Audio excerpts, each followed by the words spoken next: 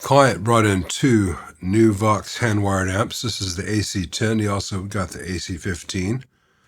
Now, this is not really the old AC-10. The old AC-10 is a very different circuit. This is just the top boost channel of an AC-30 in a smaller package that may serve a lot of people very well. That may be exactly what some people need, but it is not traditionally the AC-10 circuit. That's all right. No one's made an AC-10 since like 1968. Same for the old AC-15.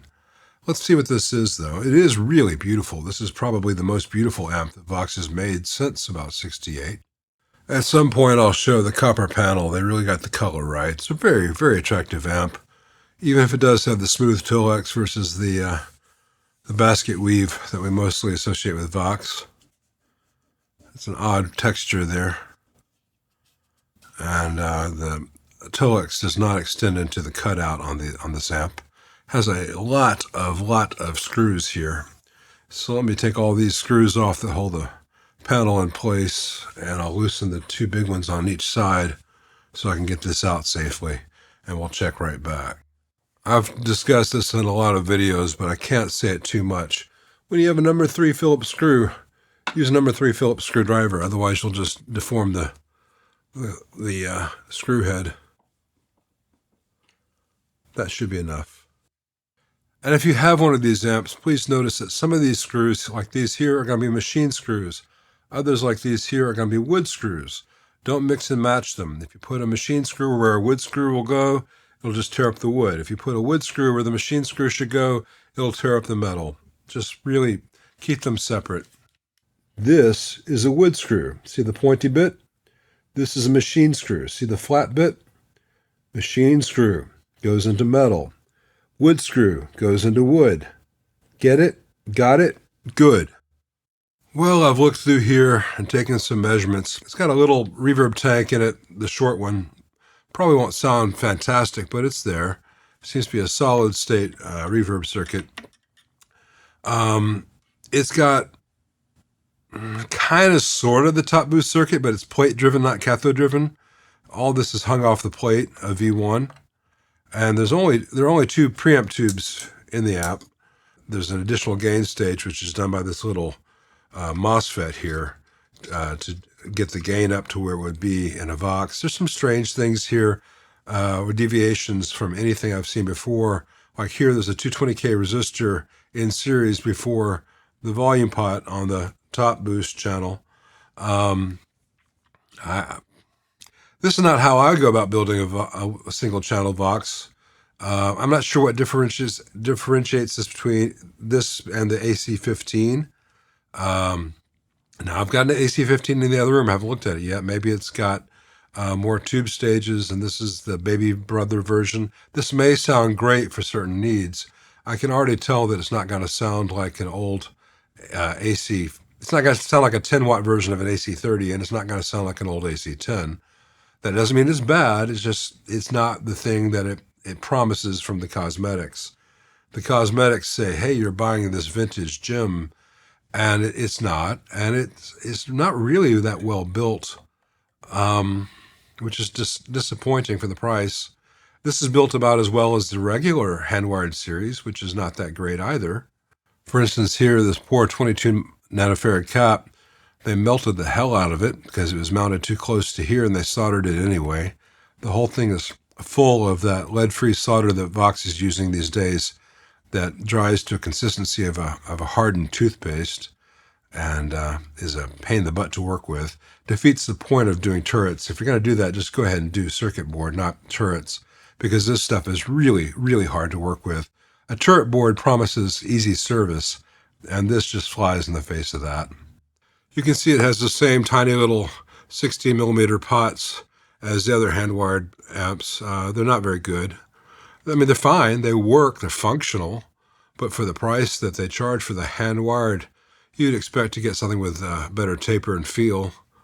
These are often not very tight as well.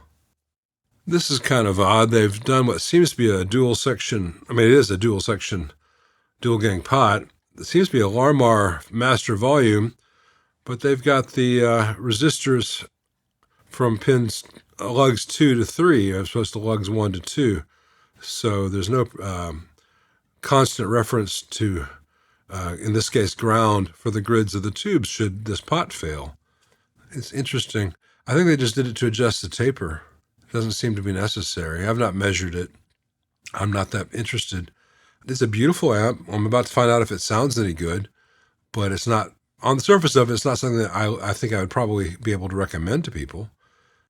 The effects loop is a little MOSFET card thing, like you'd find in a lot of amps. And you've got a variable +4, -10 level. So that's not quite accurate because that would be balanced, but you know,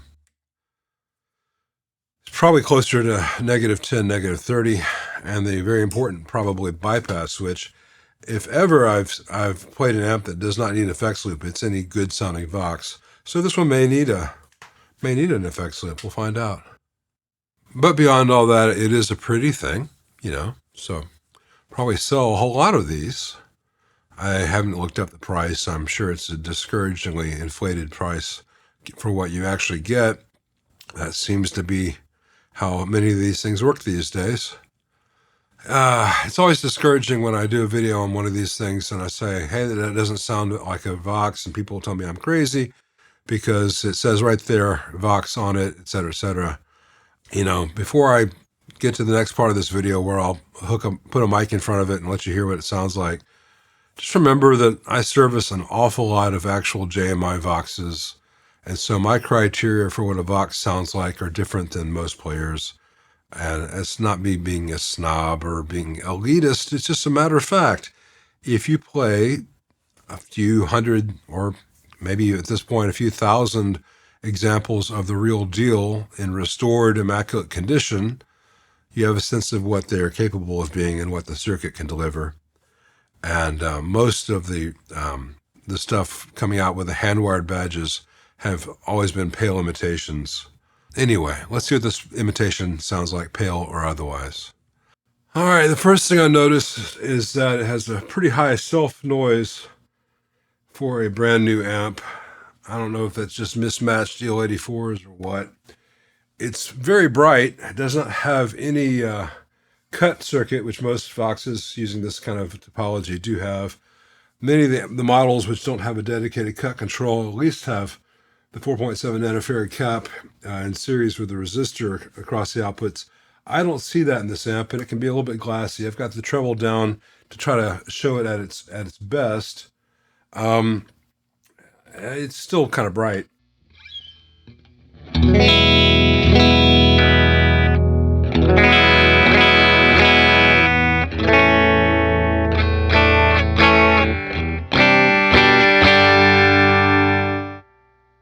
That's with the treble turned down quite a bit. Let me turn the treble up to noon, or closer to where I'd use it on a standard AC-15.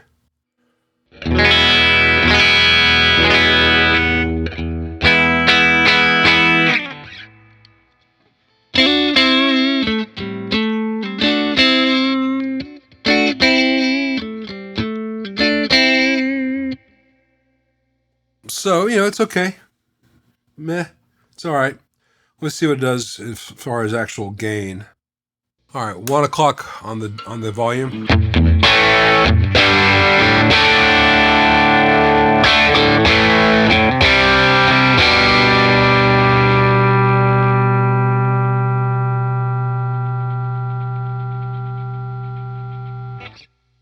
Let's go up a little bit higher. All right, this is almost all the way up. I mean, this is like, if this is at 9 instead of 10. Interestingly, the actual level is not increased that much from the clean.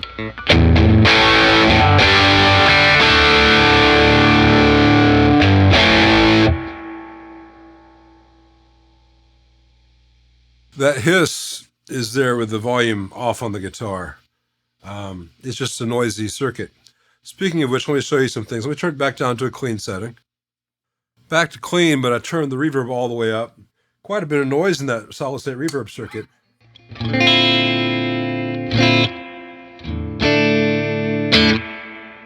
But even though there's a increase in the noise level, there's not a huge amount of reverb there. This is reverb on 10.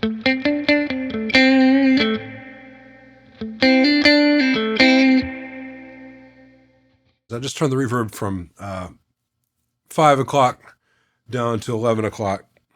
The noise from the reverb is pretty much gone. Usable reverb, I guess.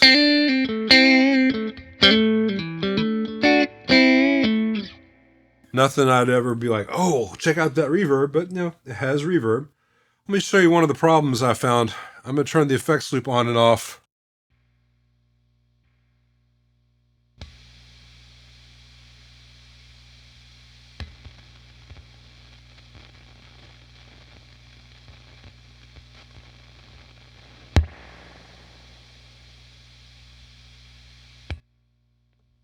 So that's really not very promising as far as using pedals in the loop or anything.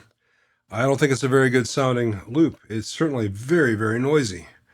And, you know, a MOSFET effects loop does not have to be noisy. The ones in the Metro kit, the ones you get from Friedman, those are quiet. They sound good. They're reliable. They're pretty close to transparent. This is pretty far from that. I don't understand it. The custom series is killing this so far. Give me an AC-15 custom, even just the C1, not even the C1X, any day over this. It's not as pretty as this, but it's got it where it counts. And this is just a really pretty dress, but nothing underneath. Now, someone's going to love this thing, and someone's going to say that I'm nuts, and I don't know what I'm talking about.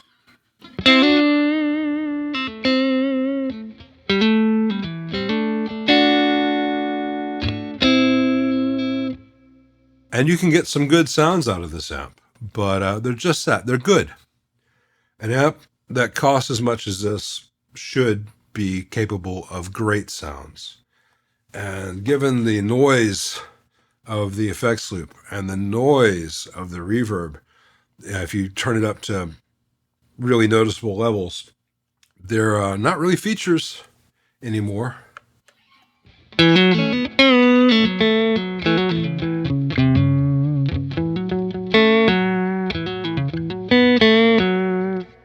We were talking on the live stream the other day about a video on another channel, our tube amp's obsolete. This is the death of the tube amp.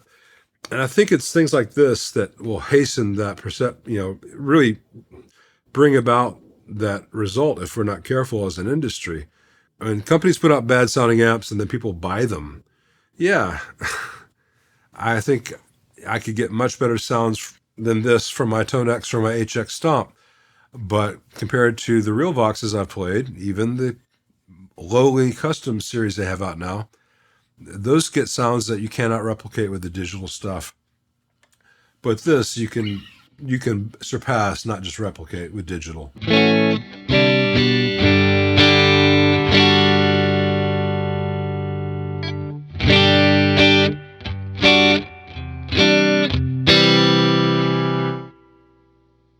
Anyway, I'm grumpy, and I'm feeling like hell, so I'm going to button this up and go rest for a bit. Thanks for watching.